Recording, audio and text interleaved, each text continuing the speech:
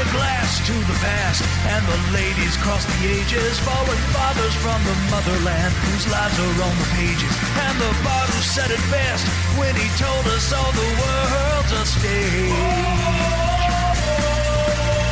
So fellas, grab a glass and lift your spirits to the seventh age.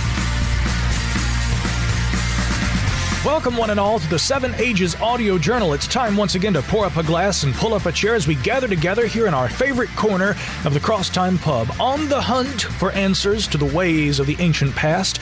And as always, ponying up here at the bar in the Crosstime Pub, Jason Pentrail, James Waldo, and yours truly, Micah Hanks. Jason, how are you, sir? Hey, I'm doing great. It's an exciting time. We know we have White Pond coming up, so we're heading back to South Carolina for another go-round on the White Pond excavation. So I'm getting excited, getting my bags packed, and getting everything planned out. Yeah, I bet you are. James, are you all packed and ready to go since you've got the furthest to travel? Yeah, I am. Got my airline tickets laid on, and I'm ready to go. It's going to be a good year this year, I think. I think it will be indeed, yes. Long days and pleasant nights to ye, gunslingers. So always a fun. Yeah, I've been catching up on the audiobooks of the Dark Tower series, and those are always fun. I enjoy audiobooks primarily because it's a way that I can continue to read, whether for enjoyment, like with fiction, or when we're talking about the subjects that we enjoy on this show, I can continue to read with my eyes closed as I'm winding down in the evenings. That little sleep timer really helps on the Audible app, doesn't it? Yeah, and caw is like a wheel. Caw like a wind. Well, anyhow, yeah, White Pond coming up, lots of good things. I think really more than anything, people are just excited to be able to look outside and see the coming of a new season. It is March 1st as of today, as we are recording here in the Crosstime Pub. And even though it's still cold outside, everybody kind of feels a little more like it's spring. And it looks like it outside, too. But I'll tell you this, guys, I woke up yesterday morning, and I got up and I saw this unusual, almost halo of light beaming in the windows. I went and I looked outside, and I kid you not, there was fresh snow on the ground. I mean, there had been snow that had came throughout the night and had covered everything. And I was quite amazed. I don't think it was even in the forecast, really. Maybe anything much more than flurries, but I woke up out here at the bunker and observed snow all over the place. So yeah, it was snowy, wintry wonderland yesterday, and then today it's like spring. Bizarre. But that's Asheville for you. If you don't like the weather, wait 24 hours, it'll be something completely different. A whole new season, in fact. Yeah, that's pretty much the entire East Coast. Here in central North Carolina, we got about 3 inches, so that made for a fun snow day for my 3-year-old. We spent most of the day in and out, drying our clothes and drinking hot beverages in between snowball fights, snowmen and snow angels and all the other snow things you do. But it was great for him because he's only got to see the snow twice now, actually. So twice in 3 years isn't too bad. But being from South Carolina, we don't normally get to see that sort of thing from the coastal regions. So it was a lot of fun. We enjoyed ourselves. And guys, speaking of South Carolina, in my hometown of Charleston, there's always something going on. And that leads to a story I found from early February, reported by Sarah Coelho from the Post and Courier. And this is something, the story I'm about to tell you guys is something that happens often, but Charleston, South Carolina, with its rich history, Revolutionary War, Civil War, all the history that's there, it's not unusual to find strange things when you're renovating buildings or moving about the city. So city and state investigators recently examined an antique device in the parking lot of the Old Exchange and Provost Dungeon, a place I've been to many times on school field trips. I've taken family members and guests as they're visiting. It's one of the go-to places, if you will, for Charleston tourism. But recently, military officials removed what was determined to be a Civil War era artillery shell. So this was done by one state law enforcement division bomb squad officer and one Charleston bomb squad member who examined the explosive device, confirmed that it was indeed a Civil War shell, which prompted the U.S. Air Force to come in with their explosive ordnance disposal unit and take possession of the shell to destroy it. It was found by a group of Boss Energy electrical workers who were beginning a job in the empty building. there on Gillian Street. So as they were going down, they made the discovery and they located the shell in the corner of the basement. So it was just kind of in there hanging out. One of the workers carried it to the parking lot and then realized what it was. So we realized there's obviously a hazardous potential there. Luckily, he didn't just throw it in the back of the truck or something like that. Quickly, they called the Air Force Explosive Ordnance Disposal Unit, who, determined exactly what they were dealing with. They closed the surrounding streets, and soon enough, the shell was determined to be an 8-inch round for a Parrott rifle from the Civil War. Now, what's interesting about this is, as I mentioned earlier, this happens pretty often in Charleston. You find shells on cannonballs and shells and ordnance of all sorts on the beaches, on the outer islands there. They've been found all over the place. It's not unusual when they're building new buildings, construction, homes, things like that, that they find these type of things. With this particular case, Tony Yeomans of the Old Exchange facility manager said the shell looked like an 8-inch Parrott rifle Civil War round, which it was determined to be. He said, quote, "To me, it was really scary that the fuse was still in place." He said, if there was an explosion, it would have been devastating. We go back to 2014, the College of Charleston, okay, right there in the heart of the city, there was a similar shell found there. And then another cannonball was found on the premises of the College of Charleston in 2017 as well. So when you've had that much war, when you had that many major conflicts, the Civil War starting at Fort Sumter there in Charleston, you never know where you're going to run across these things. And that's not even getting into the pirate artifacts and other artifacts from all periods of time. Charleston truly is a haven for history. Oh, it absolutely is. I tell you something unusual that archaeologists may recover one day that your story there reminds me of. Back in 1958, on February 5th, the U.S. Air Force, and James, I bet you know this because this is right outside your old stomping ground down there in Savannah, the U.S. Air Force lost a 7,600-pound Mark 15 nuclear bomb off of Tybee Island. You guys know about that? Oh, yeah. Yes, yeah. indeed. Yeah, that is a story. I wonder if, again, future archaeologists are ever going to recover that thing. Now, according to some estimates, and I'm just going off of memory here, but some had argued that it may not have actually been a manned explosive. But then again, that seems like just the sort of thing that they would tell us so that we wouldn't worry about an atomic bomb sitting out there off the coast someplace, right? Right. Dude, that thing is, it's out there in the mud someplace. What's interesting about all of this and Jason's story is a few years ago, when I still lived in Savannah, the Corps of Engineers found the wreck of I believe it was the CSS and not the USS Georgia, which had been scuttled in Savannah Harbor, or there in the Savannah River just before it empties out into the ocean. And a lot of the explosive rounds that had been on the ship, when they brought those up, those were still viable. The powder or whatever, the explosive inside the cannonballs and inside the rifled rounds, they were still viable. They could still explode, even though they had been underwater for all of those years. So, those rounds that are found inside buildings or whatever, those things are still dangerous. And they had to use EOD crews to evaluate these things, and some of them had to be disarmed, essentially. But the wax plugs that they used to seal these things up after they put the explosives inside had managed to survive all of these years in that harsh environment. Can you imagine being on duty that day with the bomb squad? Guys, we need to get a unit in here right now. By the way, you're disarming a, 150-year-old explosive or whatever, however old. Mm-hmm. That would be quite an experience, I imagine. Yeah, that's something. So be careful where you drop your anchors offshore. Yeah. South Carolina, North Carolina, and Georgia. To say the least. Yeah, a routine stop for the Seven Ages team, of course, has to do with that topic of the younger Dryas, and we dropped anchor last week in between a couple of researchers we respect and admire, Dr. Christopher Moore, who's been on the show several times before, and of course, for his first appearance, but someone we wanted to talk to for a long time, Dr. Malcolm LeCompte. But we were discussing the younger Dryas, and there's been a new paper that's been published about this, which was brought to my attention on Twitter by Indrid Lukewarm, who tweeted at me about this.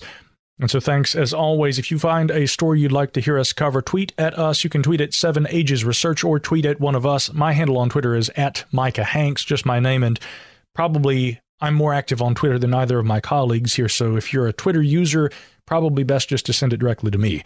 But the story that he tweeted along is from Science Advances. Sea level fingerprinting of the Bering Strait flooding history detects the source of the Younger Dryas climate event.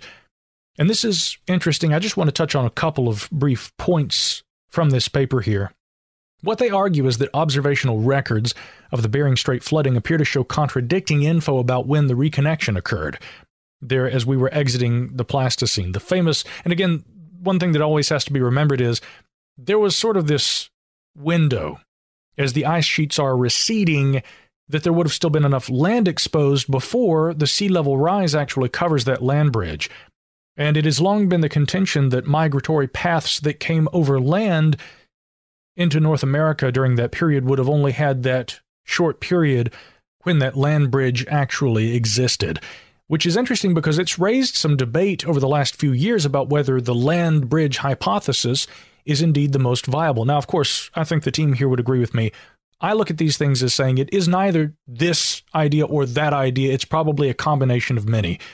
But as we have begun to learn more and more about ancient watercraft, like we touched on the last episode in our news segment, it seems to me equally viable that land and also by sea, people were making that trip. But we're talking about the geology here and the idea of when exactly this flooding occurred. And according to this new paper, they make some very interesting observations. James, it would be great to get your commentary on this too, because they say reconciling the data that exists, the paper argues that, and I want to quote from it, the reconciliation requires a substantial melting of the Cordilleran and Western Laurentide ice sheet from 13,000 to 11,500 years ago. And so the paper states this timing provides a freshwater source for the widely debated Younger Dryas cold episode, 12,900 to 11,700 years ago. Now, by the way, I think we should note, because there's been quite a good bit of discussion among the team members, the pronunciation of that word, we hear a lot of different varieties. Checking with Merriam-Webster, Cordilleran is how they advise that to be pronounced. Of course, if any of our academic friends out there would say otherwise, we would love your input on that. We always strive for accuracy on this show. But again, the results of this new paper, yet again, furthering our knowledge about what was happening with the paleo climate during that period.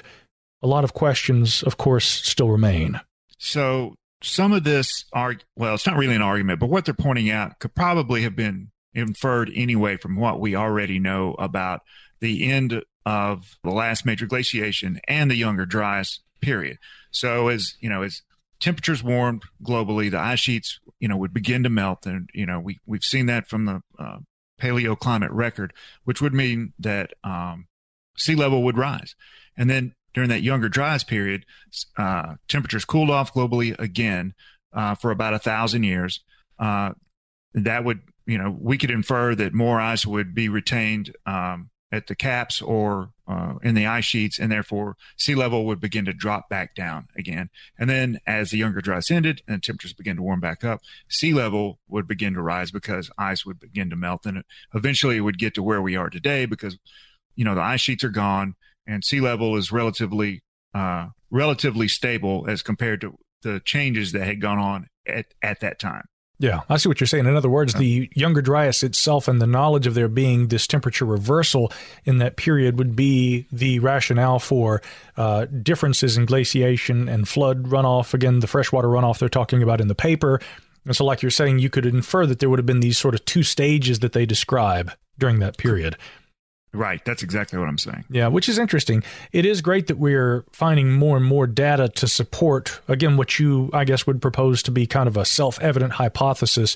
And the clearer that picture becomes of the ancient world, the more we're able to discern fundamentally, really, not only what was going on, but what the ultimate cause would have been, like Chris and Dr. LeCompte were talking about last week. That reminds me of something else, too. There was an interesting article that appeared recently online at Heritage Daily. It was titled, Data Could Yield Big Discoveries in Archaeology for the Inca Empire. But rather than talk about their main focus, the Inca Empire, I'm interested in the citizen science and what I can call affectionately armchair archaeology implications for this study, because part of what they're talking about is the use of LiDAR, satellite imagery, and drones. A lot of the same sort of stuff that Seven Ages both engages in and advocates in our own work. There are more and more opportunities now for archaeology enthusiasts and professional archaeologists to access data that's already available, sometimes freely online, and engage in the archaeological process from afar. We're utilizing LiDAR data and satellite information to study ancient locations and learn new things about them that wouldn't have been discernible in the past. And in truth, we're doing very similar things in this data era, astronomy. We can search for exoplanets. We can search for all kinds of things distant from our own solar system. And people at home with data they can access from their computers in their offices or in their living rooms, this is actually part of the way that we are leading the charge with these new discoveries. And so I was interested in getting you guys' take on this with regard to archaeology, the accessibility of information that allows the sort of armchair research and citizen science to occur in the furtherance of our knowledge of the ancient world.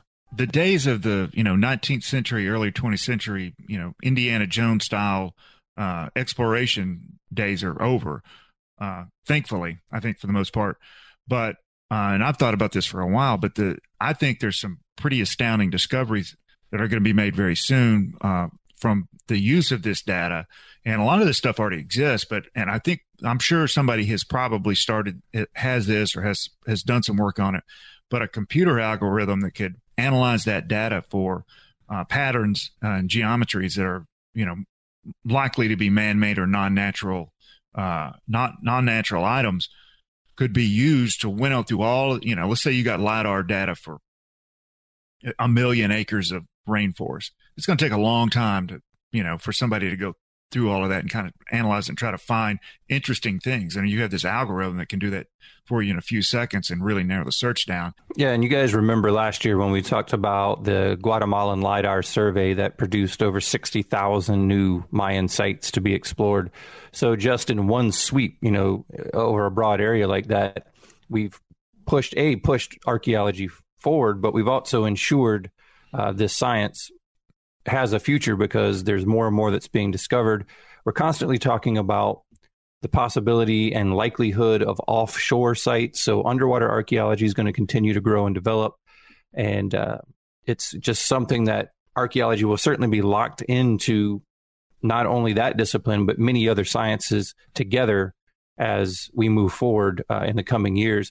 One of the recent episodes we did on geophysical survey up in Ohio with Dr. Jared Burks, again, we see the instrumentation, we see the advent of technologies that are non-invasive in the traditional form of archaeology, but yet, there's still a need for that, obviously, but it's pushing the technology forward, it's pushing the studies forward, and it's beginning to combine anthropology and archaeology with other disciplines, which I think is only going to be to the benefit of the historical record as we move forward. Yeah, Jason, when we were down there in South Carolina at the archaeology conference where we spoke last year, which is crazy now to think that was more than a year ago, but one of the things that came up, I recall, had been the use of LiDAR data to be able to discern shell middens in coastal areas. And so, to James's point, again, he's taking that one step further and saying if we could utilize algorithms to be able to detect those features, even if they may not be necessarily discernible to the human eye, there are going to be a lot of ways that we can utilize this sort of data and technology in the future to broaden our knowledge of the archaeological landscape. And to your point, Jason, in non-invasive ways, because that's one of the problems. When we talked with Dr. Robert Carballo of Boston University about the excavations there at Teotihuacan, that came up in the conversation that in order to be able to get to the lowest layers he was talking about, we naturally have to excavate and remove and thereby destroy certain features in upper layers. The excavation process, in order to discern things about the past, is necessarily disruptive. And having learned more about that over the course of our own studies, I recall being at Meadowcroft Rock Shelter and talking with Jim Adavasio and saying, are you guys going to excavate over here? Look at all this area that could still be excavated. And he says, well, no, we don't intend to excavate further. We already have as much data as we need from this area. At the time, I'd been thinking, why don't you dig some more? But now I understand, of course, digging also is disruption. And by not digging, but having extracted information about that location through excavations as they currently stand, we have already learned an awful lot about sites like Meadowcroft Rock Shelter. It may not be necessary to dig further, and in some cases, that actually can be harmful. So you want to preserve the environment, leave it intact. And, I can respect that position as well. So the use of non-invasive technologies is definitely going to be useful in the coming years as we continue to learn more and more about sites and want to try and preserve them in addition to learning about them.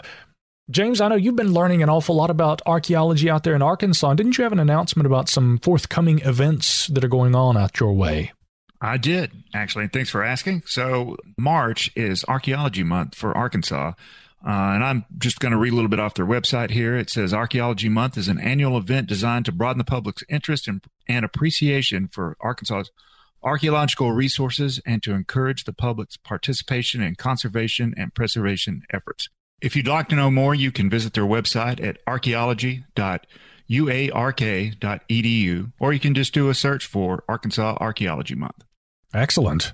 Great to hear about that. Looking forward at some point to getting out there and checking out some of what Arkansas has to offer, archaeologically speaking. Also want to send a quick thank you to Kenneth Kilgore, who sent along a donation to us. Thanks, guys. He said, I appreciate the effort and detail you bring to every program. Well, we appreciate your donation, and it is often a labor of love. And so if any of you out there who are archaeological enthusiasts listen to this show and you appreciate our reporting on these topics, consider heading over to 7ages.org. There's a button on the right-hand side of the page that allows you to donate to our program and our ongoing efforts. And, of course, you can also follow us online, not only at our website, but on Twitter. We are on Instagram. We're also on Facebook. Just search for 7 Ages Research. All roads lead to Rome, or in our case, it will lead you probably to the Crosstime Pub. Come on in, enjoy a beverage. We'd love to hear from you. Oh, and that's right, you can email us as well. That's one great way to reach out. info@7ages.org, or you can also email James, Jason, or Micah at 7ages.org. Those are the respective email addresses to reach any of us. We love to hear from you guys. And with that, I think it's about time for us to get into our conversation with our guest this week, Ryan Gill, who is one of the most interesting guests I think that has come across our radar in some time. I would like to call him an experimental researcher with an interest in archaeology. And as we're about to hear, he has literally reproduced ancient tools and has assisted universities and archaeologists in understanding exactly how they would have worked in the ancient world. We'll get into more about that with him when we return right here on the 7 Ages Audio Journal.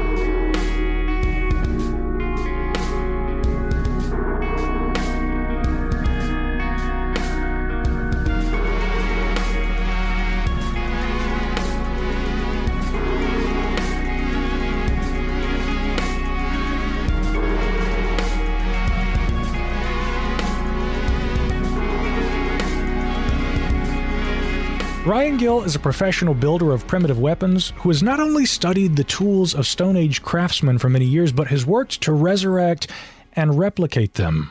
According to his website, gillsprimitive.archaeology.com, quote, not only has he taken dozens of animals with his handmade equipment, but he also has built a business around his journey to be able to continue to share it with as many people as possible, while also supporting his craft and family.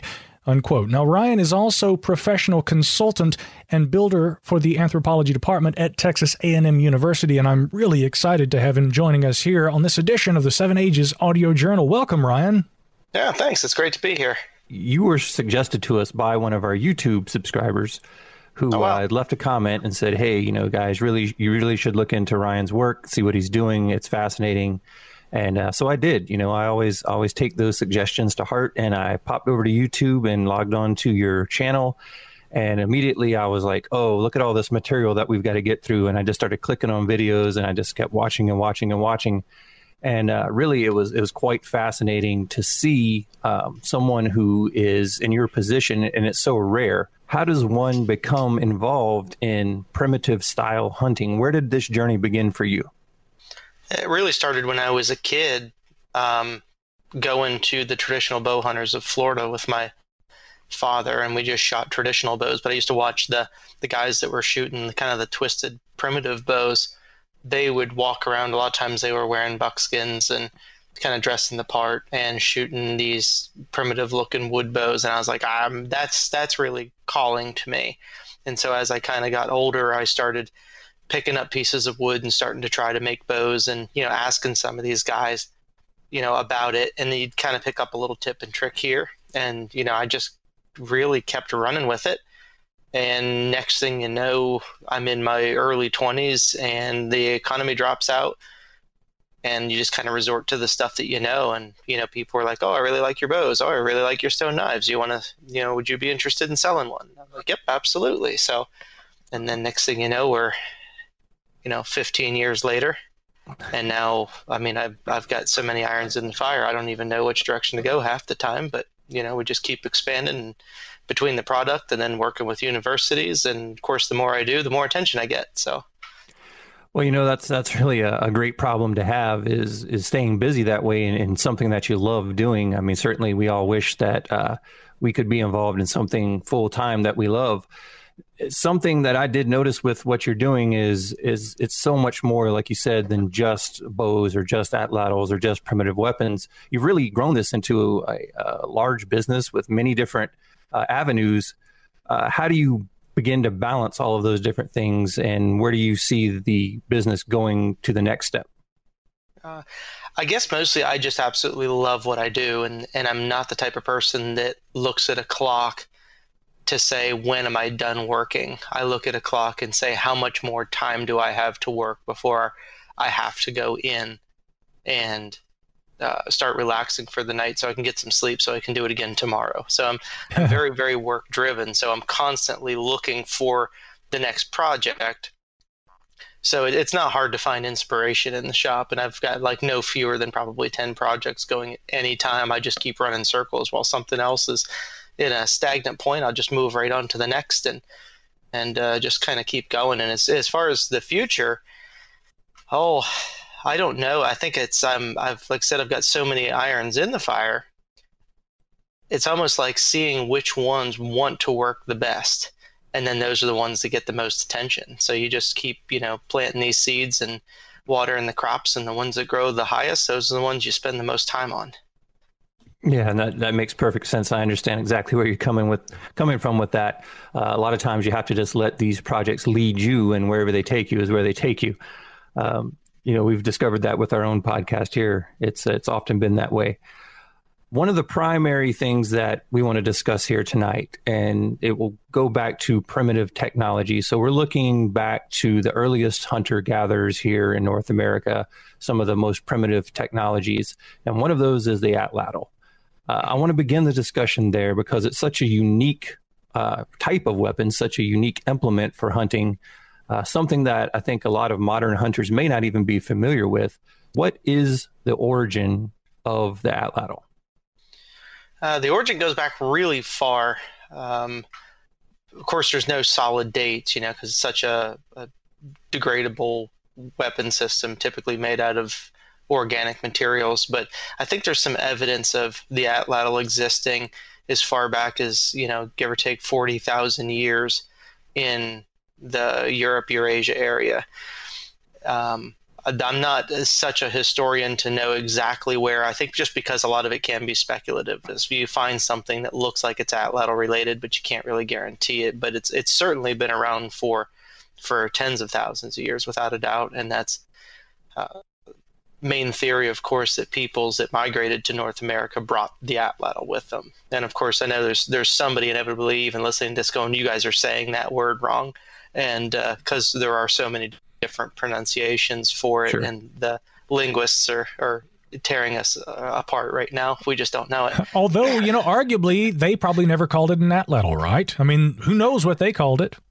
Right, yeah. That's more now the American name for it, and I think it stems off of the Aztec word. Right. And I think that it was atlit, but then of course that's what somebody else had proposed, and then somebody else says no, it's not pronounced like that. But language in general evolves over time, so the way we pronounce something now in 100 years is going to be totally different anyway. We constantly are butchering words. Yeah, absolutely, without a doubt. For those who may be familiar in the world of history and archaeology, a lot of people are very familiar, obviously, with the bow and arrow, but the atlatl predates that by thousands of years, literally. And so for those who may not be as familiar with this implement, can you describe kind of what it looks like and how it would have been used? Yep, absolutely. And my favorite way to describe it is to say it's a short stick that throws a long stick.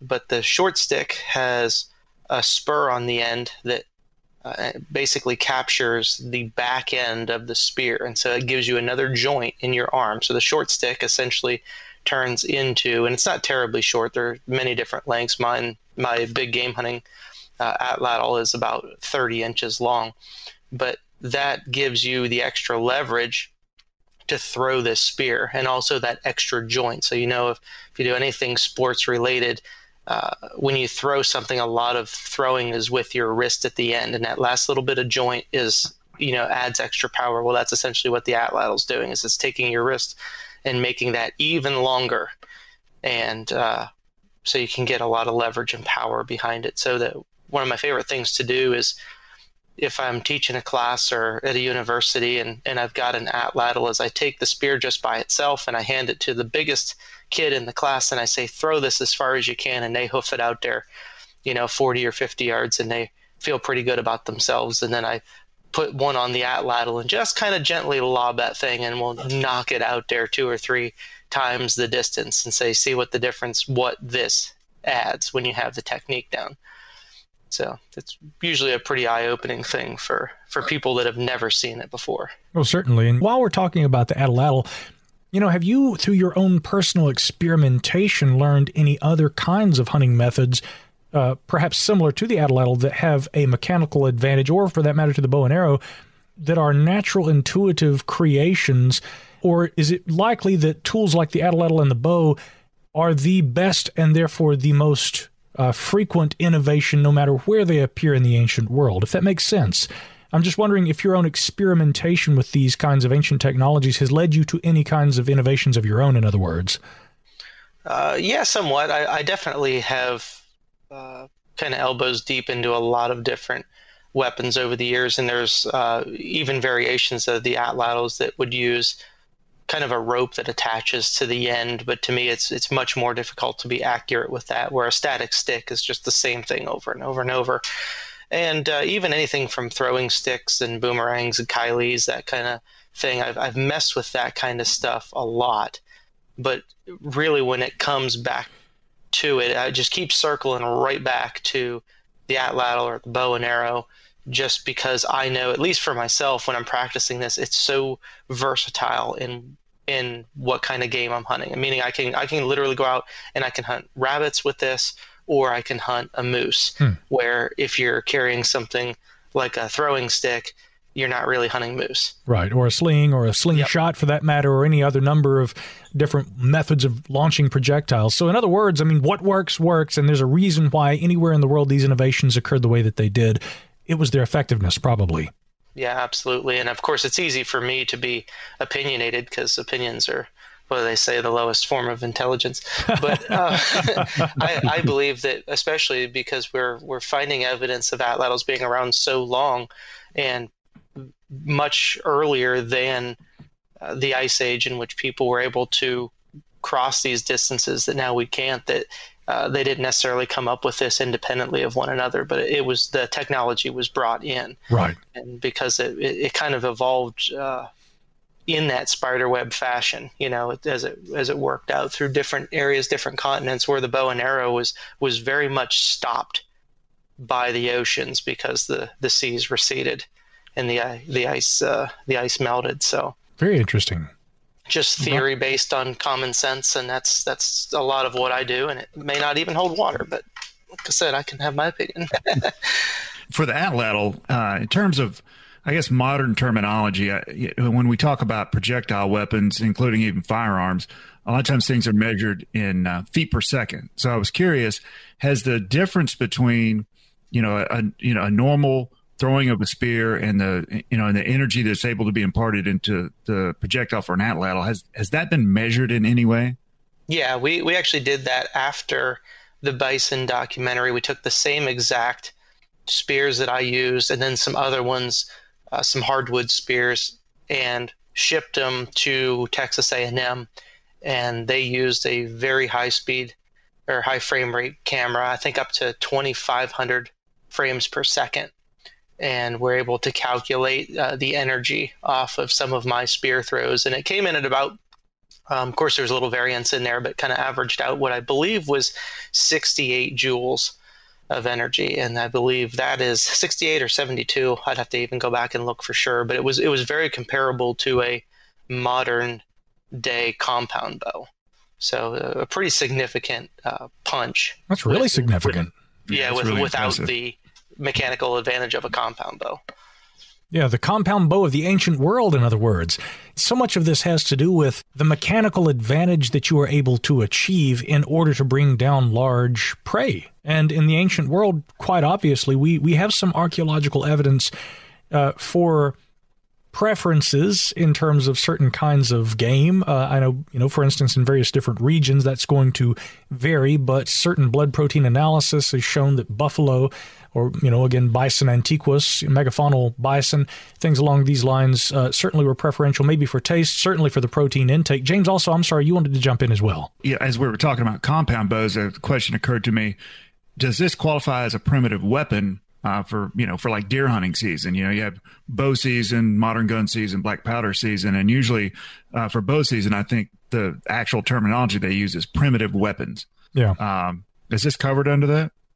It's actually not. That's something that we are kind of working towards quite a bit in our videos, is trying to give game lawmakers real data to look at to make educated decisions for making game laws. Because as of right now, in most places, not in all places, in most places, the atlatl is looked at as an illegal weapon because they do not believe that you can possess either the power or the accuracy to efficiently take big game. And of course, I'm going to places where it's legal, or I'm, loopholes such as Florida. We can hunt pigs on private land by any means.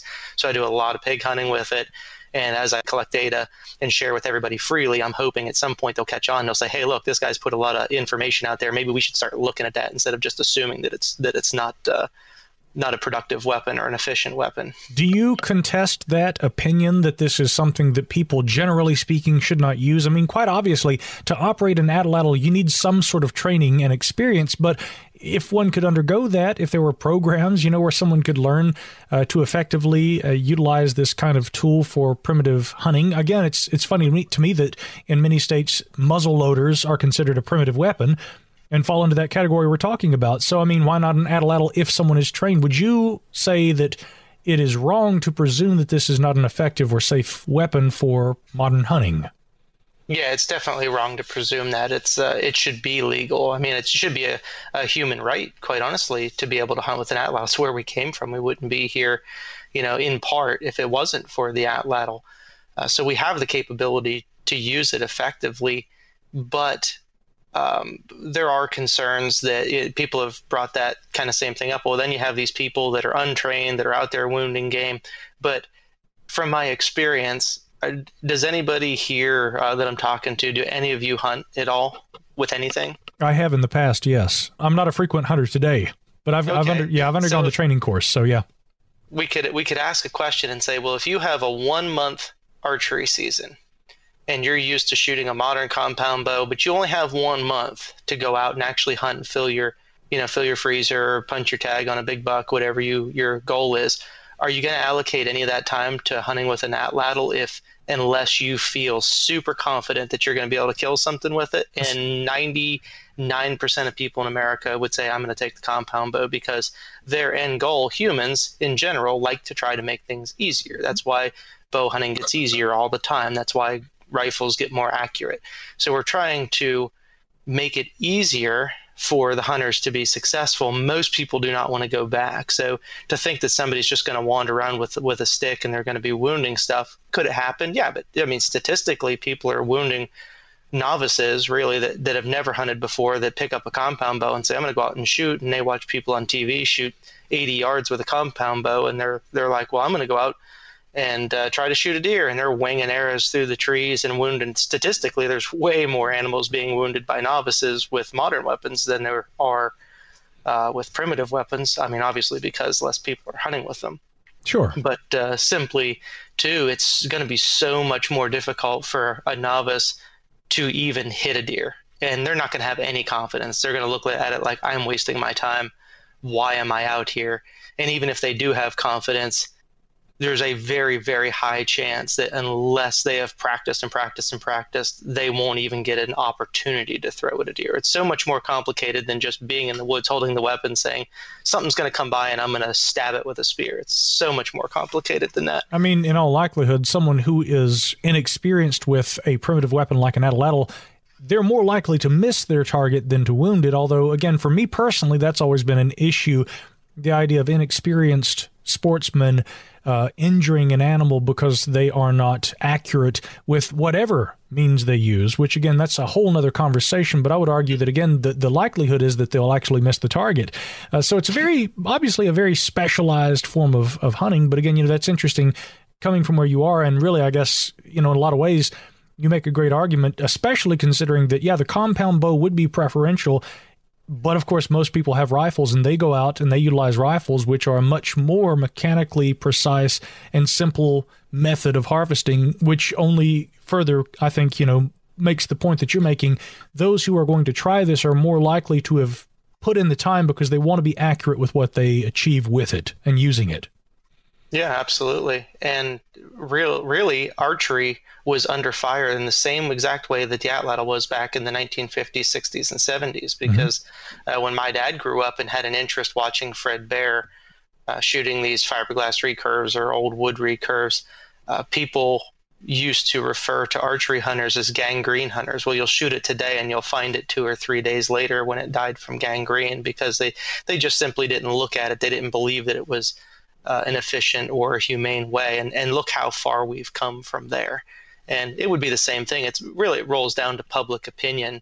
And that's why I'm so passionate. One of the reasons that I'm so passionate about showing people what works and what doesn't. And of course, you'll never, make everybody happy. But if I can touch even one person with a video and show them how accurate and how efficient an atlatl can be, then I did my job well.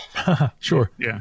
Well, I can tell you there's, like you said, there's, people that want things to be easier, but there's a segment of the population, especially among hunters, and I'm one of them that actually likes the challenge of primitive weapons. Even with the, black powder rifle, those things got to where they were almost like essentially they're a modern gun, the way they're done. But Correct. I actually preferred the more primitive weapon because that was the challenge of the whole thing. So I think there will be people that are very attracted to that for that very reason. Mm-hmm. Yep. And I hope so. And that's it definitely seems to be happening today more so than it did when I was a kid. Of course, with things like social media nowadays, it's easy to influence people and also find people that have a shared interest. But if I walk around my town and talk to other hunters, there's not a single person here that wants to hunt. With primitive weapons. But, we take Facebook, Instagram, YouTube, all those things, and we can pull people from all over the world. And all of a sudden these people start popping up, and how many there actually are. I mean, there's a phenomenal amount of people that follow me and that post on some of my pages that are just so enthralled with this, that this is all they want to do. They don't want to, they're like me now at this point, that they do not want to hunt with anything if it's not Stone Age equipment. Yeah, and Ryan, speaking of that equipment and of the processes that we're talking about here, people can see this in the YouTube video, the documentary, Hunting the Ancient Bison, that's available on the Hunt Primitive YouTube channel. I actually went through the documentary about 3 or 4 times just because, A, I found it fascinating, and B, it was the first time I'd ever actually seen implementation of this ancient primitive technology, and I just found the whole thing fascinating. Let's get into a little bit of the details about Hunting the Ancient Bison, the video, the documentary. Where did the idea come from, and why did you feel it was important to produce such a documentary? I mean, there's obvious reasons, but what was the catalyst for you to really get it done? So I wasn't hunting with the atlatl much at the time, just a little bit. Prior to the idea. Obviously, I'd gained quite a bit of experience before going and doing this, but it wasn't just an idea like, oh, let's go hunt a bison with an atlatl, but I don't have any experience. But I was hunting with a bow and stone points and arrows, cane arrows, and that was getting to the point where I'm just readily successful doing that. I'm just going out and I'm collecting meat and I'm doing videos, and that's nice, but I want to bring that extra challenge into it. I want to be passionate about something new. So I started picking up the atlatl and went and did a couple pig hunts. And then I met Morgan Smith at the Silver River Knapping down here in Florida. And I'd heard him and another friend of mine talking about different Florida points, and that this was probably an atlatl point, and they were, so I just started eavesdropping into conversation. So then I just kind of worked my way in, introduced myself, and found that Morgan was a PhD candidate at Texas A&M at the time. And so he was really fascinated with what I was doing, because he's more of a hands-on kind of person, really, really interested in the experimental archaeology of things. And so he's like, well, have you ever done this? And have you ever done this? And I said, no, but I'm thinking about going and doing a bison hunt, because that's the biggest land mammal in North America. And I really want to show people that the atlatl can get it done. And obviously, yes, it can, because they were hunting megafauna with these. But what size of an atlatl? How heavy does a spear need to be? How long is it going to be? How hard do you have to throw it? How is the length of the thrower? It's like, so I'm wanting to dissect all of this and share with everybody, because I'm seeing a lot of people at this particular time that are running around with these really short little darts that weigh almost nothing, and they're throwing them at targets, and they're just lobbing and just barely tapping into a target. And they're like, oh, they hunted woolly mammoths with this. And I'm just like, that wouldn't really even penetrate a deer from what my experience in bow hunting would be, let alone megafauna. But then it turned into well, hey, now that I've met Morgan, I said, would you be interested in coming and observing something like that? Because he actually led into that with, well, I would love to go watch a hunt someday. Well, that's really, really hard to take somebody on a hunt. But something like the bison hunt, they're not as flighty as a deer.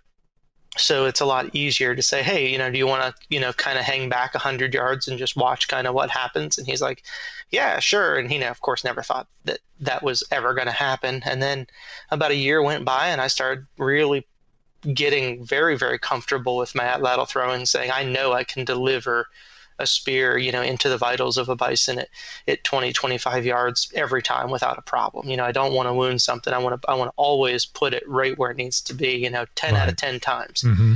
And got to that point, and I was like, well, we're going to start this thing in motion. So I started kicking the snow down the hill and letting it gain traction. And, I got set up with an opportunity to get in on a herd of bison, and it has to be a controlled setting, because hunting with an atlatl for a bison is not legal anywhere except for Alaska, but good luck getting a permit for that. And then, so we have to do it in, a quote unquote high fence hunting ranch. But certainly doesn't mean that they're tame. The things are crazy wild, because people hunt them and chase them all the time. But I wanted the biggest piece of property we could possibly hunt, because I wanted it as close to free range as possible. I wanted them to have a chance to get away, and also to see what they do after the shot. Does it run forever? Does it run, kind of knowing how bison are, I'm like, it's probably going to run like 100 yards, and then they're all just going to stop, because that's just how bison kind of are. They're just not terribly spooky animals. And so we chose a place that they advertised it as 5 square miles, but it was probably more like 3 square miles. But either way, it was a big location. And so I called Morgan up. I said, hey, you want to come do this? And he says, yeah, absolutely.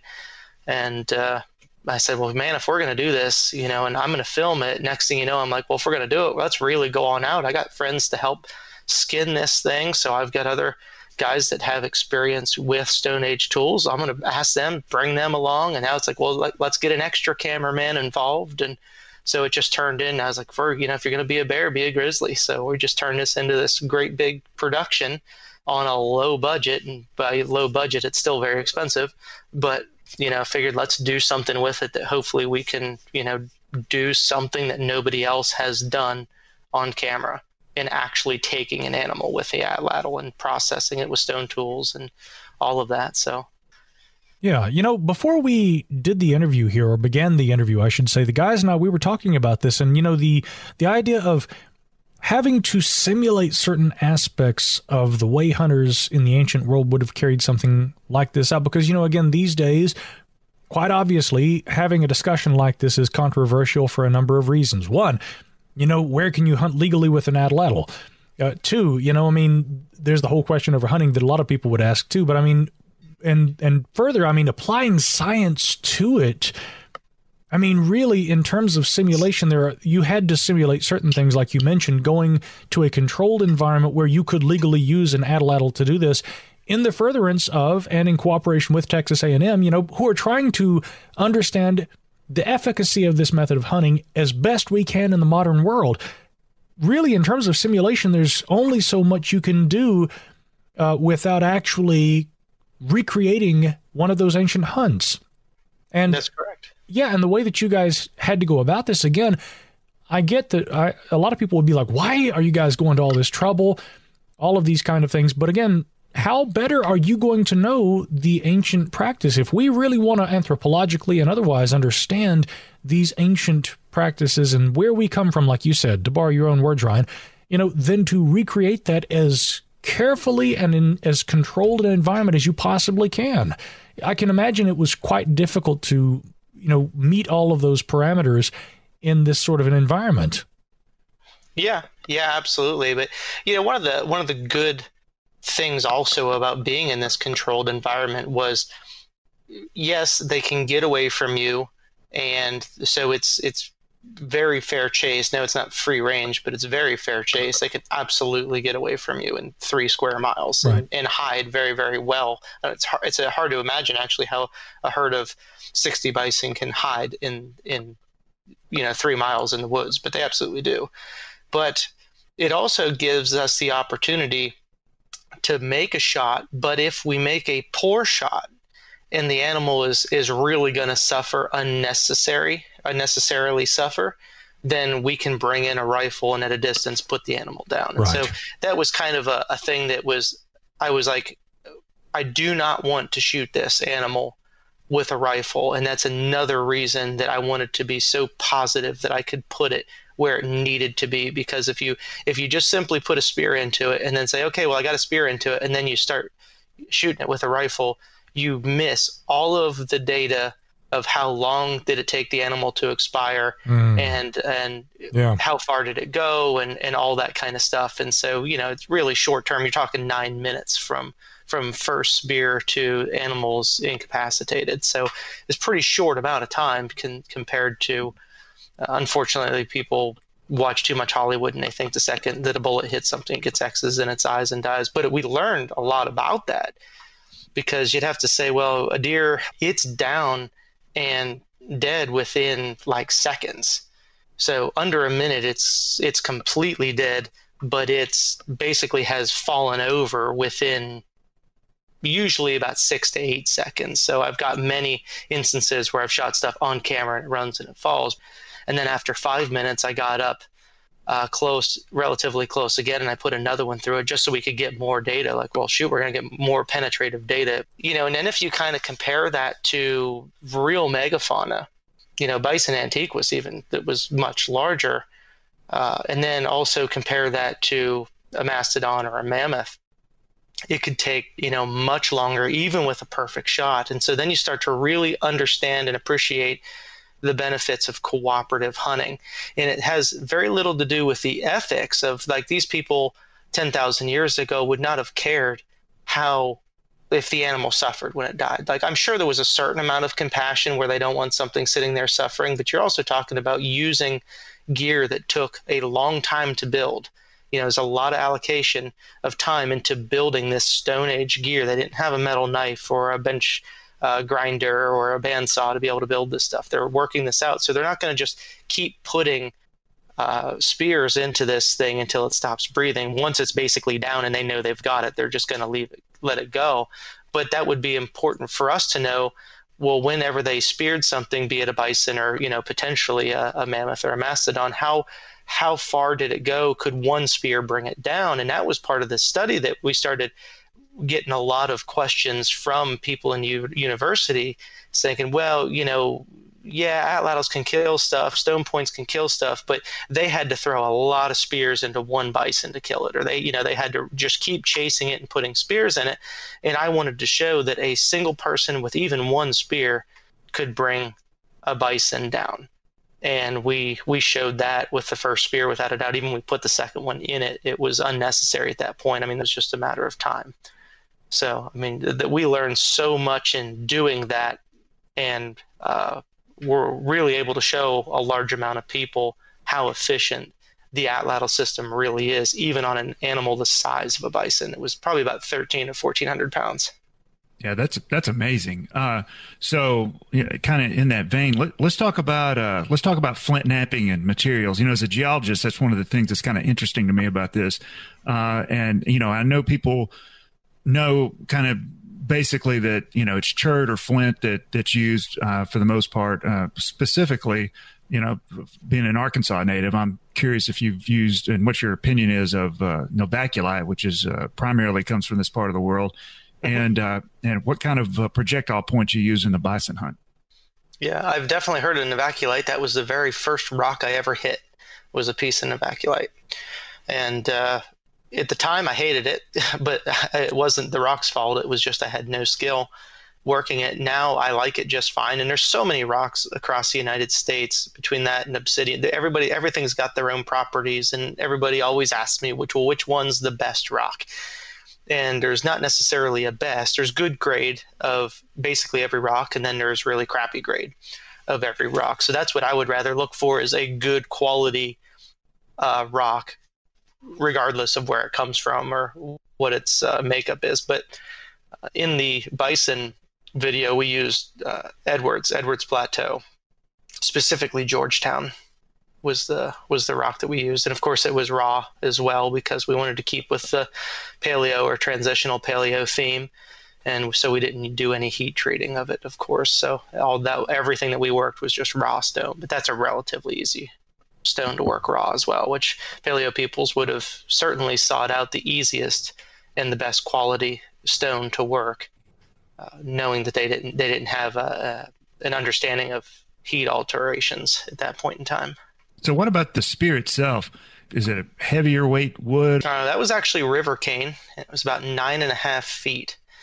And that was, river cane makes such great weapons because it rebounds faster than wood. Wood becomes very, very floppy. Now wood's heavier, but of course there's ways to make river cane heavier, and that is you extend the length of it.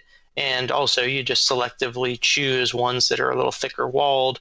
You use the thicker sides of it. You also add a wood foreshaft to it that will add a little bit of weight to it. But river cane is one of those materials that is just so good for making any sort of primitive, projectile, be it an atlatl or an arrow. And it was quite plentiful, so they say. Obviously, I wasn't alive back then, but they say that modern cattle has actually destroyed 90-some% of the native river cane patches that we have today, or that had existed. But now we're down to just a very small percentage because of that. So it should have been readily available in many, many areas, and it's actually quite cold tolerant as it currently grows as far north as Maryland. That's very interesting. Another thing looking at that is, as we moved into the stone that was used, what I found, something else that I thought was of significance to the research, was the fact that the lithics that were used both in the butchering process and the killing of the bison were tested in the lab both pre and post hunt. So give us some insight to what was learned from the testing of the stone itself.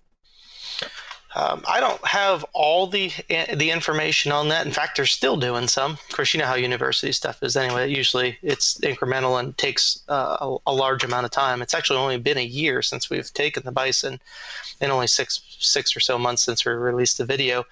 But definitely by sending stuff out beforehand, they could look for any sort of polish that was pre-existing on the points, which pretty much there was none, because everything was fresh napped. But then they could use that obviously as a control. So anything that's there afterwards, you're going to notice the wear on. And of course they can, when they look through at it, or look at it through the microscope, they're looking for the polish or the glazing of the high points on the lithic itself. So like the little ridges in between the flake scars are the ones that are going to show the polish, because they're in contact with anything that's abrasive. So really the hair of the animal was probably the thing that added the most abrasion, which I was a little bit surprised that the bison hair would be that coarse, but it really is.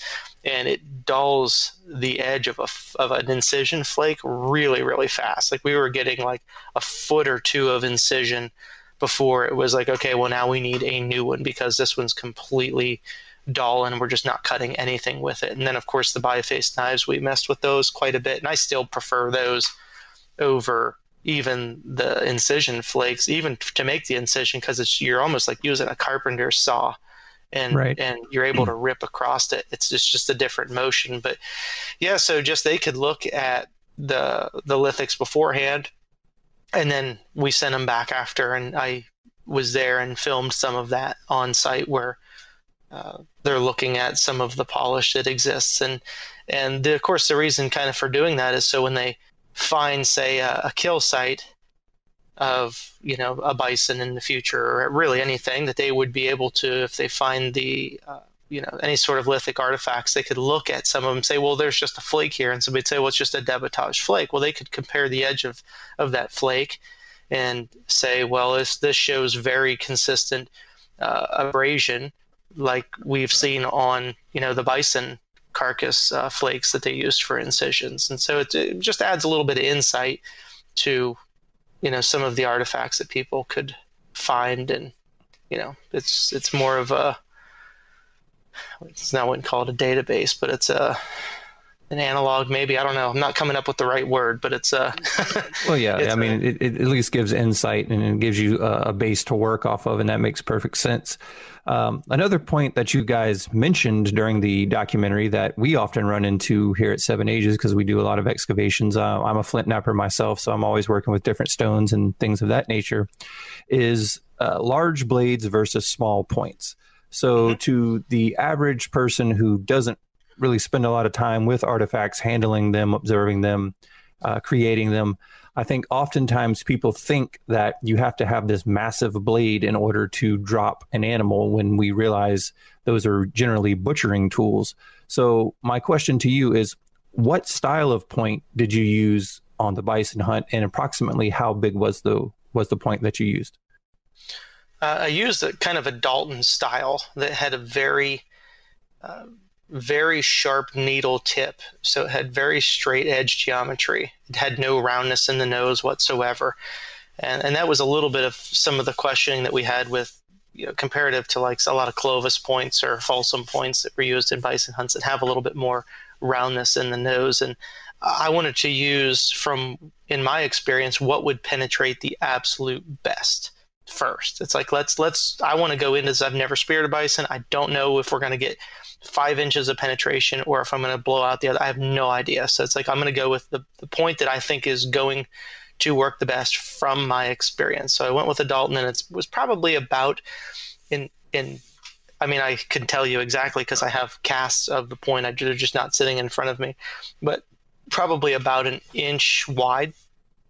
And the cutting surface probably 2 1/4 inches long on each blade, and then also serrated. I'm a big fan of serrated points, and that's a whole different topic. I could talk a long time about. Actually, it might be interesting to talk about your rationale for that. I would also like to know about the relative thickness of the blade in relation to a traditional Dalton point, because for folks at home, we're talking about a late Paleo-Indian point style, which is essentially triangular in shape. And let's discuss, in addition to the thickness, the serrations and why you decided to do that too. I was kind of thumbing through this overstreet that I have here. I was going to tell you exactly where it was, but there's one that I took my bison Dalton and I laid it right next to the one in the book. But as I look here, there's almost all of these Daltons are serrated. Okay, so you use one of those as like your prototype then. You're matching what you are actually looking at in the Overstreet manual. Mm-hmm. Okay. Yeah, no, I wasn't going at it from, it was almost a comparison. Like I built what I wanted to build, what I thought was going to do the best. Because realistically, that's the spirit of primitive man is we don't know necessarily. In some cases we do, or we can take a pretty good guess, but when you find an artifact completely out of context, you have no idea if that was made for butchering or if that was made for taking megafauna or taking a deer. So you have no idea. So primitive man is just simply going to make the what he feels is the most efficient point. And so that's what I did. In fact, I had no artifact bias whatsoever. I wasn't trying to recreate a point. And that's one of the things that and now he's Dr. Morgan Smith, because he's completed and he's actually a professor at UTC. But Morgan was talking to me about it, that what he loves about me is that I'm not actually trying to recreate a point and then make it work where I want it to. I'm using the best tool for the job that I feel is going to be the best. Yes. Use it and then compare it to something else after the fact. And so that actually is going to give a little better idea as to what it's capable of, as opposed to, well, I made this and here's this great big round-nosed Clovis point, and I'm going to go try to force this through a bison and just be like, well, it didn't really work. And then be like, well, they obviously weren't, using this, and it's, try to reverse engineer it that way. That's definitely not the direction I go with it. That kind of comes back to the earlier question I had for you near the beginning of the conversation, where, I'm asking, are you noticing personally in your own experimentation mechanical advantages or, certain efficacy with this style versus this style? Again, what works? Because again, I guess maybe if we're talking about biases, people who might look at lithics would look at a serrated blade and say this was most likely used for cutting, right? These serrations, just like, a knife you go buy at the store today that has serrations, it's going to help you tear through meat or something like that. Could that also be used as a projectile? And would it do this exact same thing if it's going to be launched into with the mechanical force that a atlatl provides, into game? So, it's interesting to me fundamentally to hear how you are experimenting with these different things, trying to put biases aside and just really find out what works. That's as interesting as anything. Yep. Yeah, that's exactly what I'm kind of all about doing is just doing whatever I feel is going to work. But yeah, to date, I've taken 40. It's a nice round number. So I'm looking forward to when it's 41, because if you say 40, people just think you're estimating. But I've taken 40 big game animals with primitive implements. So I've got a pretty good idea of what works. And I've also had, aside from that 40, especially in my younger experimental years, I had a lot of failures, and I've done that where I've shot turkeys and got very small amounts of penetration. And what I've found was the bigger the animal, realistically, the smaller the point, because what it takes to penetrate an animal is a lot more than it would be with a steel point, because a steel point can be much larger because it's ground smooth, it's very aerodynamic, has very, very little resistance. And so when it comes down to a real needle sharp tip, I like to give people this visual and say, well, let's take a stone point and put it on a stick, and let's take a steel point, and then we're going to lay an animal, we'll just say a deer, on its side, and we're going to take that stick with the stone point on one and the steel point on the other, and we're going to apply force. Which one is going to slide into that animal much easier? And it's always going to be that steel point, because it's manufactured to do that. The stone point takes much more energy to force down into the animal. Right. So what can we do to make that better, or to make that slide into the animal easier? We can make it smaller, which decreases its footprint, but then also really sharpen the tip, because if you have something that's kind of got a bull nose on it and you're trying to force that's dispersing the energy across that bull nose of the blade as opposed to the very, very needle tip. So once I started experimenting with a lot more of that started raising a lot of questions as far as those big bifaces, that we're talking about with skinning.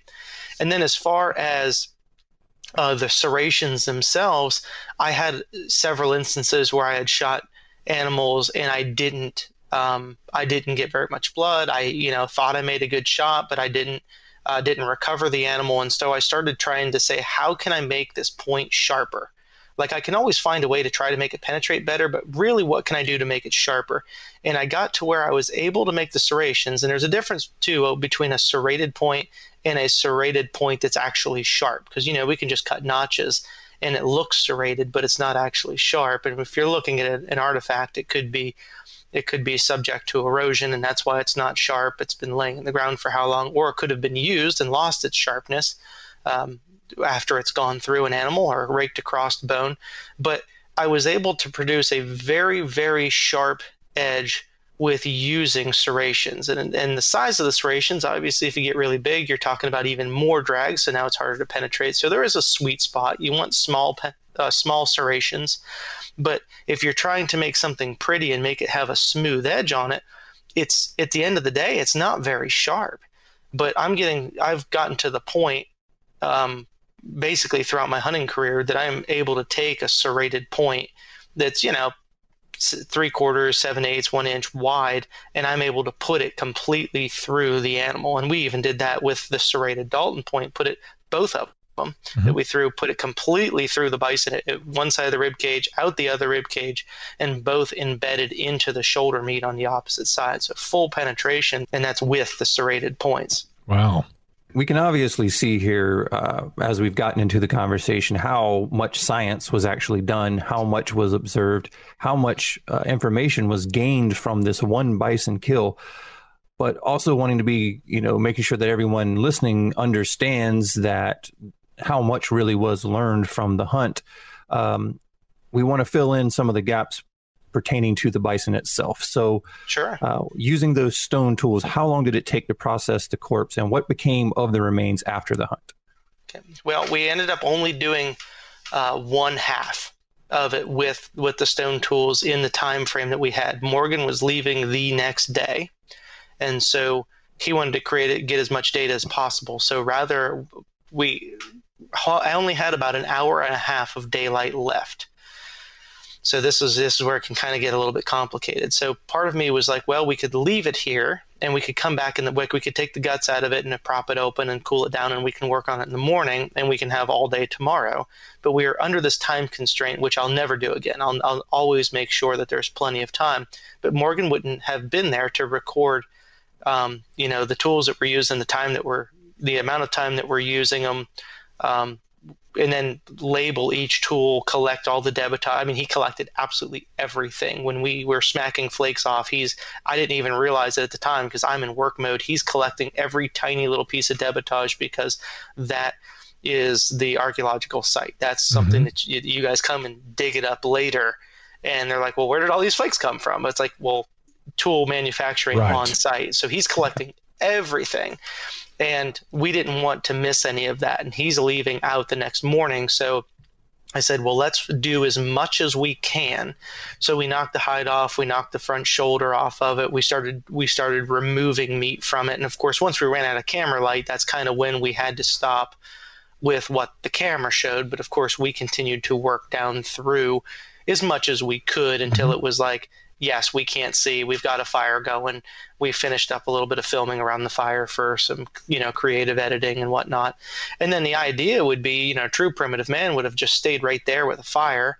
Right. And to keep predators away, they would have camped right there. And then the next morning, they would have just finished the job, or they would have sent somebody else out to go get other people from the village. Or if it was a small band, they would process as much as they could before predators, other big predators came that would run them off. And I mean, there's so many variables to that. So we just did with it what we could. But at the end of that night, they came out with a tractor and they loaded it up because, of course, I don't want any of these resources to go to waste. And because there's so much that I can get from it. So, I mean, we salvaged rib bones for future projects, the leg bones like femurs and stuff. I actually just got done cutting one of them with a stone blade to make an adze that unfortunately blew up in like 8 hits, but that's a different story in itself. But it's all experimental stuff. It's important, and then all the meat, of course, I brought that home. I still have a freezer full of bison burger and good steaks, and we'll eat all of that. None of that stuff goes to waste. My family eats wild game pretty much with, if not every meal, almost every meal. And the hide, of course, I have that. I brain tan that, and I have that. That was a ridiculous project. I never want to do another one myself. It takes a team to tan a bison, but of course, me just wanting to do everything, and I couldn't recruit help at the time. And when it needs done, it needs done. Yeah. And then not all the other bones, not like every little insignificant piece, but even stuff from spinal column, shoulders, all these robust bones, anything, from axial or appendicular skeleton was sent to Texas A&M in a big gnarly box, and they put that in the ballistics gel, and that's actually some of the stuff that I was throwing the spears into when I came. Is they made took a vertebrae and put it in the ballistics gel and propped it up, and I threw spears into that just so we could see what some of the penetrative qualities on bone would be. So yeah,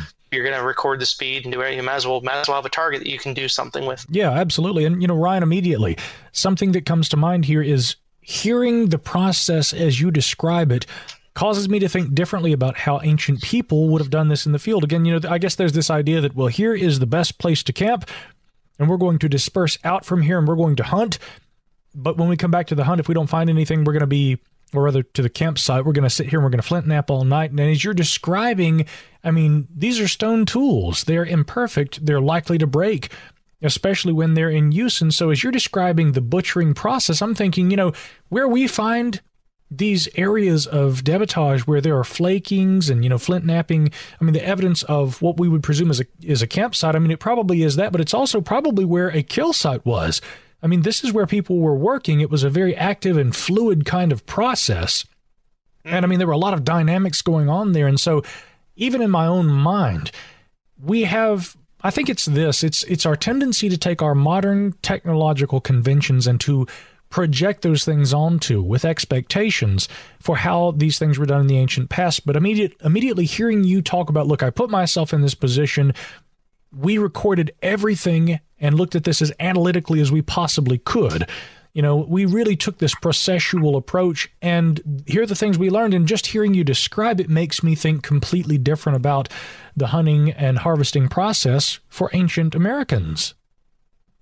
Yeah, and you'd said something much, much earlier in the discussion about that there was preferences on animals, be it by taste or region, availability, and that's something that I've dived into so much more because in hunting, and I've got certain circumstances.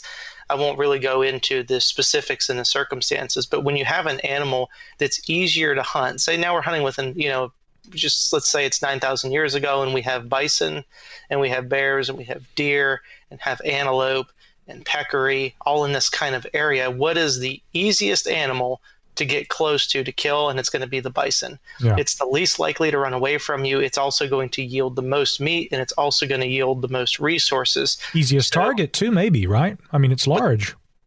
What's that? I said easiest target too, maybe because of its size.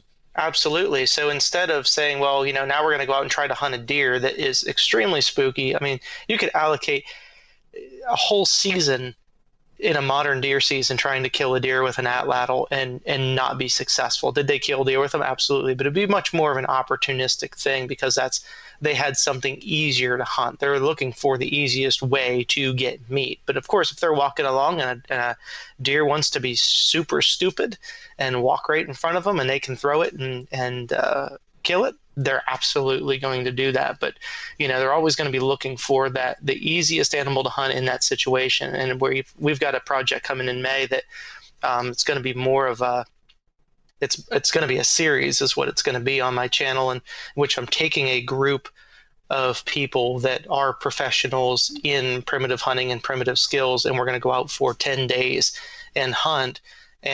But we're going to be primarily hunting pigs. But one of the important things that we're mentioning is, yes, the pigs didn't exist here, but actually peccary did, and they're fairly comparable when it comes to hunting and body size.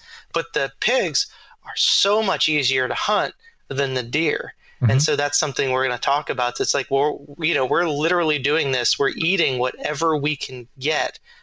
Why would we ever allocate the time to try to go shoot one of these deer when we know that those pigs are so much easier to kill? That's really interesting, because I raised the question to a colleague of ours, Dr. Chris Moore. I said, why are, for instance, the white-tailed deer population not as negatively impacted as the megafauna in ancient America, if indeed we were to entertain something like the overkill hypothesis? Again, this essentially entails, for the listener, if you're unfamiliar with it, the idea that large animal species were hunted to extinction by ancient Americans, and actually that this would occur in other parts of the world too. Now, Ryan, I'd like your thoughts on that as well, but first I would argue it seems that you are making a good case for why actually smaller animal species are going to be less preferential to early hunters, and hence perhaps megafaunal species are going to be more likely to be targeted. What are your thoughts on that, and more generally on the overkill hypothesis? The other overkill hypothesis makes a lot of sense to me. At first, it didn't. But when you start factoring in other things other than, well, there's more meat on it, so they don't have to kill as many. But that's not necessarily true, because they may not be recovering all that meat. That's a ridiculous amount of meat. And then as soon as something as, wolves or bears or big cats come in, they could be run off of that. At this point, it's no longer safe. So their yield of meat that they're getting could be significantly less. So they're going to get as much as they can off of it, and they're going to leave the carcass as fast as they can. Right. But also keeping in mind that a deer is going to reproduce new young every single year, where a proboscidean is going to drop a new calf once every, 7 years, I think, is on average. So you're talking about something that's reproducing a new animal every year versus something that's every 7 years. And if you're killing them at any sort of rate, now your cows, which are essentially going to be your easiest ones to kill, are going to be the youngest ones, and also the females, as the bulls are much bigger, and they're also going to be more protective, as you see typical males basically in almost every herding species, whether it's bison or elephants or what was the other one? I was just a musk ox, that kind of stuff. They start to protect their harem. So you're going to try to avoid those ones. You're going to go for the ones that are a little bit easier to kill. Right. And so now you're also killing your breeding, your breeding animals, the ones that are creating the new ones. Right. And so, now if we're only dropping a calf once every 7 years, and now you're killing multiples, now there's not very many calves getting dropped at all. And then you're also going and killing the calves because they're the easiest ones to get. Yeah, I mean, it would be interesting. I'm sure someone has done this, and so I'm just riffing here, but it would be really interesting to see if there's any kind of mathematical or, just a general statistical analysis in relation to kill sites and the projected population size and density per region of certain megafaunal species in relation to human distributions in the Paleo-Indian world, and try and calculate, what the likely proportions are in terms of the expansion or the population growth of certain megafaunal species. Again, you mentioned the variances in terms of the production of young with certain species. If that could be tallied mathematically and analyzed, again, I'm sure someone has. Perhaps someone in our brilliant listenership will write in and give us some details about that. I would love to see if that's been done. But again, these are ways that modern science can be applied to understanding the dynamics of the ancient world, and what you do in the field is certainly contributing to that. Again, I'm thinking about things entirely differently just as a result of this conversation, and I see why this is so important. And so, again, as you know, many would see this entire conversation as being incredibly controversial. But science, again, I mean, there's a reason why you are a consultant for Texas A&M and why they are coming to you and employing you to aid them in understanding these things. We are trying to understand these dynamics of the ancient world, and it's very important work that you do. Tell us a little bit about your website, too, because in addition to the research aspect, which we've really talked about at length here, at your website, you offer everything from books that you have written, and you even get into a bit of the ancient clothing. I mean, moccasins, things along those lines. It's not just Flint Knapping, not just atlatls. You're kind of running the gamut in terms of all of these aspects of the ancient world, and also kind of operating this as a business out of your website, too. Yeah, absolutely. I mean, I'm trying to offer as many things as possible. And I think it's pretty safe to say at this point that I'm the biggest primitive hunting implement supplier probably in the world, but most certainly in the United States, just with the sheer volume of stuff that I put out, which is really all custom made things. I'm exceptionally busy in the shop, which is great. And some of that, this is the kind of thing that's really hard to farm out because you can't the machine can't do it. Yeah. And not everybody is going to be able to create stuff that's going to be to the standard in which I think is efficient. And I would never want to sell anything I didn't think was efficient. But yeah, and now I'm even getting to where I'm selling supplies to people that they can watch my how-to videos, then buy the supplies and try it for themselves. And some of them are a little bit more modern counterparts, and some of them are super primitive. I'm doing lithic casting, so I'm picking up some unique artifacts and casting them. If somebody will post something, which is so neat too, because now I have people approaching me. They see me doing this and they're like, hey, I have this. Is this something you'd be interested in? And I'm like, well, shoot, yeah. And sometimes I hook up with them and I can cast some really unique stuff. But then I'm also casting points that I've taken game with. And so, and I really love this. And a lot of people don't really understand it because they're not super passionate about it, but it's like you're able to take a point that I killed something with and I cast it. And then I have like a little ticket that, talks about, the hunt and what it took and the penetration, as much data as I can give you. And then people would be able to look at the different impact fractures. And that's something that you could then compare to artifacts down the line from, say, like a kill site and, right. say, well, we, know that this artifact, probably hit this bone because there's a blemish on this bone, and this is the impact fracture that we see, and it's very consistent now with this one that Ryan shot this animal with, and it's got the same kind of impact fracture on it. So I just figured the more of that stuff I can put out there, the better. And I actually have something called right now I call it the Cast of the Month Club, where if you sign up like on the Patreon, then I send you a new one of my casts every single month. So that's kind of neat, but it's not really taken off because that's not a super exciting thing unless you're, really into this kind of stuff, which most of my demographic is people, they just want to go hunt and, have the bow and they're not as passionate about the data or the science or recreation as much as they just want to get in the outdoors and have a good time. Well, sure. Do you ever get pushback, though, from, again, hunters in terms of their attitudes toward quality wildlife management, humane kills in the field and all these kind of things? I mean, do you ever get pushback from sportsmen and outdoor enthusiasts who say, look, this is inefficient and, therefore there are problems associated with this? I mean, how would you respond to a question like that? Yeah, absolutely. And that's what you had asked something about before. And that's what I was talking about that we forgot what it was. Ah, good. So I'm glad we found it. Glad we got that. I was given a question as we bring up Texas A&M, which I still am certainly affiliated with those guys, and I can get a hold of Dr. Waters, and we kind of have something we're still working on, and I'm hoping I'm going to get a call from him here soon to go back out to Texas, but you never know if that'll work. But sure.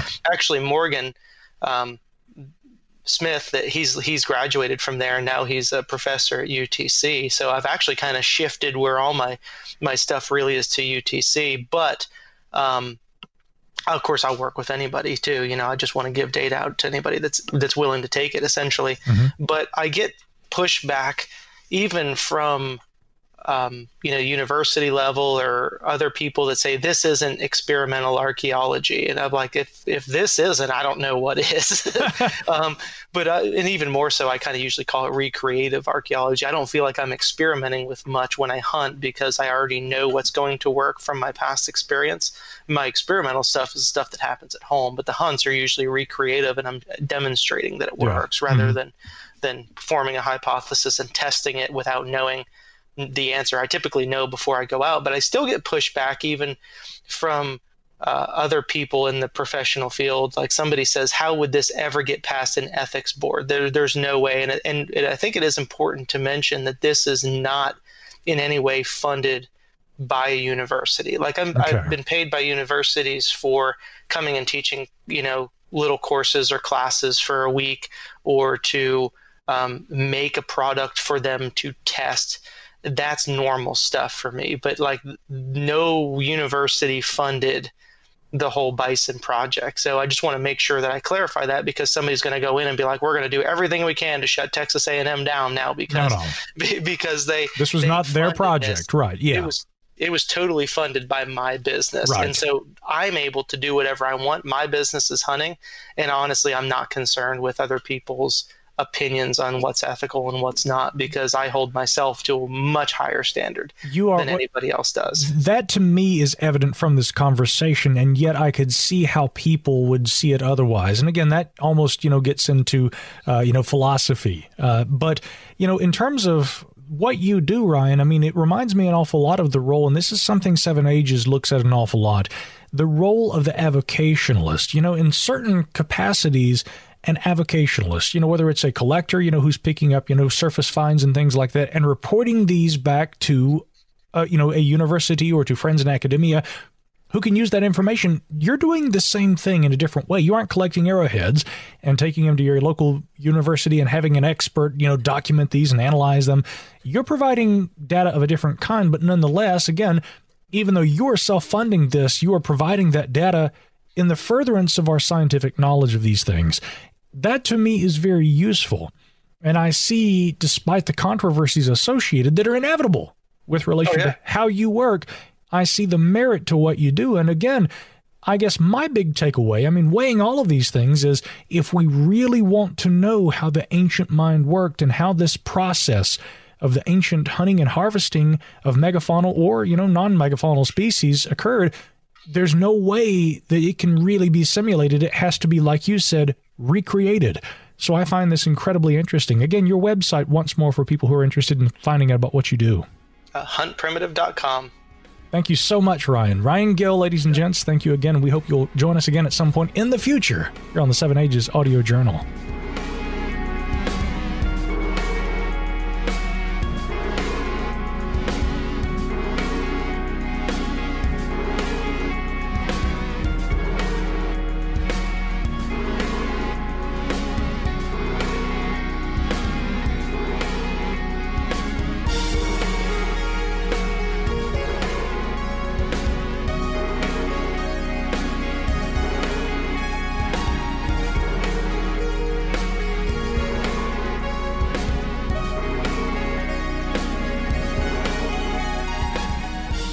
I got to say, guys, that was an absolutely fascinating interview. I've made these weapons, worked with them a lot, but to have someone who's gone to that extent to actually test the weapons, I think that's valuable information. I think it's completely necessary in order to learn more about this. If you really want to know the details of these hunters, of these life ways, the way these things worked, I do believe this is necessary to this degree. A lot of great information was gathered from this experiment, and I got to say, it really opens up your mind when you're thinking about these things. It really makes you consider the lifestyle that these early hunter-gatherers led. It certainly does, and I can't help but feel a little of that every time we go to one of these archaeology sites, standing several feet down in the earth. Of course, when you're standing in a hole in the ground, it doesn't look like the earth did 15,000 years ago. 20,000 years ago, 2,000 years ago. But nonetheless, when we remove the earth and we find the evidence of people who did exist in those times, the tools that they left in the ground, I feel a little of that. But talking with someone like Ryan puts a whole new spin on what those tools were used for, how they were used, and what they meant to people in the ancient world. And that means something to a lot of us today, being able to see that, however much things change over time, with all the growth and the technological sophistication that we have, certain things remain throughout time, no matter how much change occurs. We're all human, after all. So, I think it's about that time, gentlemen. Let's pony up for one more round before we hit the road, and then, of course, I'll be seeing you both at White Pond this year. James Waldo, Jason Pentrail, I am Micah Hanks, and as always, we are the 7 Ages Research Associates. We appreciate you guys for being here with us. Be sure and follow us online at 7ages.org, and we will catch you for the next round right here on the 7 Ages Audio Journal.